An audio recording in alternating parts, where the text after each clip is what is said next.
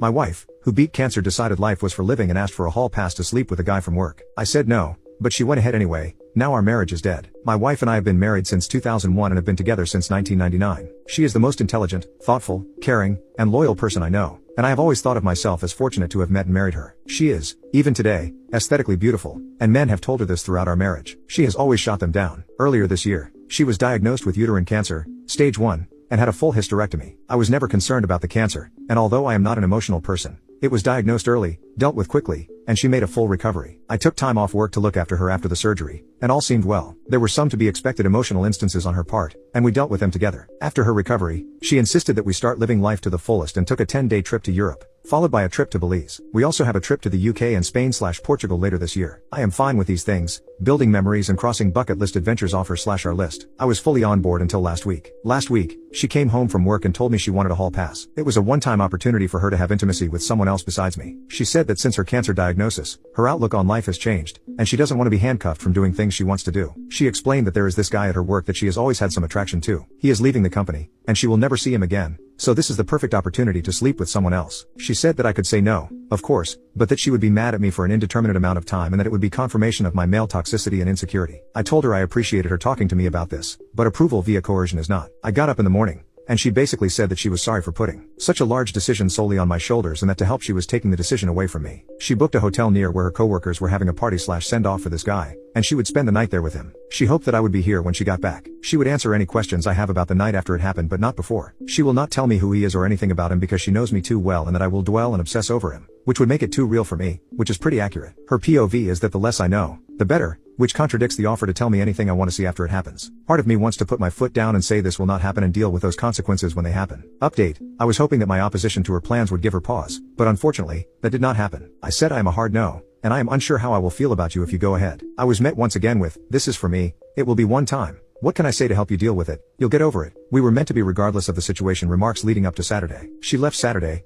ostensibly to meet her coworkers, but in reality, the guy. I asked her to text me when she was leaving for the bar, and when she did, I asked her if she was really going to go through this. After her response, I am not answering any more questions tonight. I will see you tomorrow. I blocked my wife. Then I did something either stupid or brilliant. I went to the bar where the get-together was happening. Well, not the bar but a transit bench across the street. I waited for a long time. It was running through my mind leading up to this event that I needed to know who this guy was. Maybe to compare myself against him. I want to see what he had that I do not. It was driving me crazy not knowing who he was and what was so special about him that she would ruin a marriage for. After what seemed like an eternity, a woman that I recognized from my wife's office left the bar and got in a cab. Soon other people started filing out and a whole group came out and people were hugging a man and shaking his hand. I assumed that I had my guy. I didn't see my wife and had a brief thought that maybe she called it all off. I unblocked her and there were no messages. Everyone said their goodbyes and left. Dude was standing outside for a few minutes, and then my wife came out. She looked around, took his hand, and started walking away together. Of all the emotions I went through, trepidation, sadness, anger, it was disgust that really encapsulated the event for me. This guy was short, fat, and bald, all the things I cannot compete with. Ultimately, I felt like a pervert for watching from a distance. I followed until they got to the hotel, turned around, and went home. I woke up Sunday morning and locked the master bedroom door. I moved her things to the spare room and left a note asking her to find other accommodations as quickly as possible. I visited another friend who is a lawyer, and he gave me some sage advice and a couple of recommendations for divorce attorneys. He also made the introductions. My wife had been calling me numerous times since around 11 or so. Once blocked, the calls go to voicemail. I listened to the first couple but felt nothing but some satisfaction when she couldn't get through to me, and she was obviously becoming concerned. I didn't want to go home, but I left in such a hurry that I didn't plan an overnight trip properly. I got home around 9,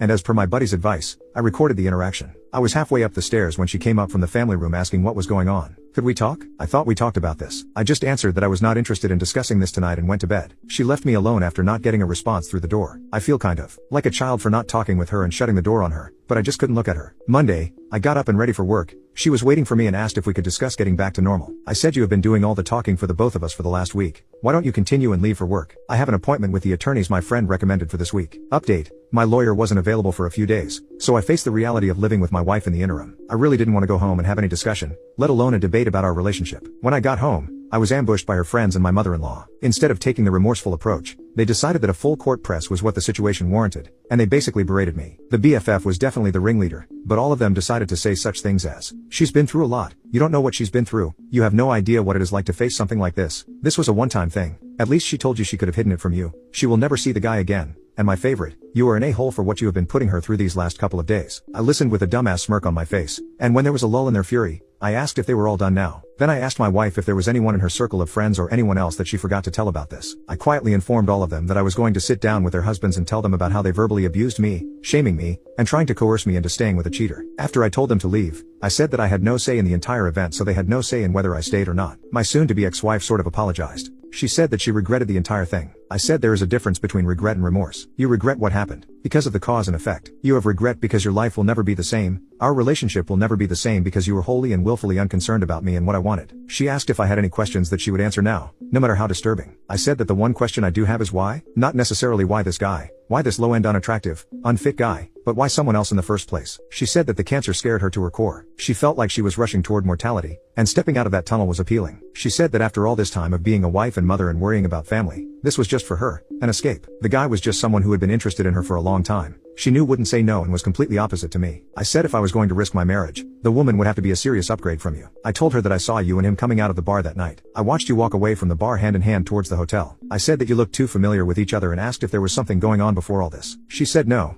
but who knows if that is true. I said that after all our years together, your lack of respect for me was astonishing. I finished by saying that I would never be able to look at myself in the mirror again if I condoned that level of disrespect and stayed with you. I said I hope we can go our separate ways amicably and that I have an appointment with a lawyer later in the week. I again asked her to find some other accommodations, and she simply said, I am not going anywhere. We are not getting a divorce. I will give you all the time you need and do whatever you need to recover from this. We will get past this. She has asked me to go to marriage counseling, which I refused. Why would I go to counseling? I did nothing to warrant needing a therapist's advice. I had her, served and gave her a notice to vacate. The house is my premarital asset. She has moved in with her mom, but I find her constantly coming by to see if I need anything or making suggestions like what if we had an open relationship only on your side or threesomes, which seems kind of desperate and pathetic. Rebuffing her constantly and telling her she has to call to ask permission before coming by, and finally seems to getting through to her that there will be no us going forward. She has said that she will drag the divorce out for as long as possible, but so far has been compliant. The worst part of all this is telling my daughter that we are getting a divorce and why, followed closely by her begging me to give her mom another chance. I am not sure I would have been afforded the same consideration if I was the one who was cheating.